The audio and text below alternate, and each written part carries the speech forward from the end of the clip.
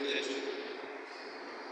prosperous and empowered upper-middle income society. The theme of this year's conference is highly relevant and timely as we organize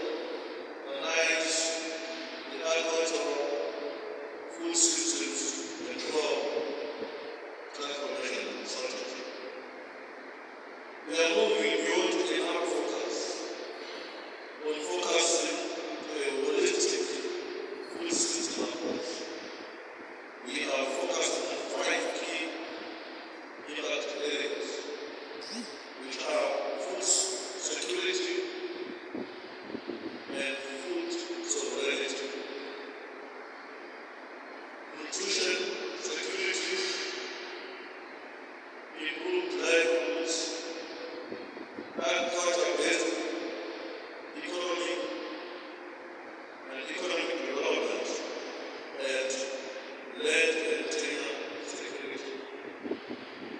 The livestock sector is a critical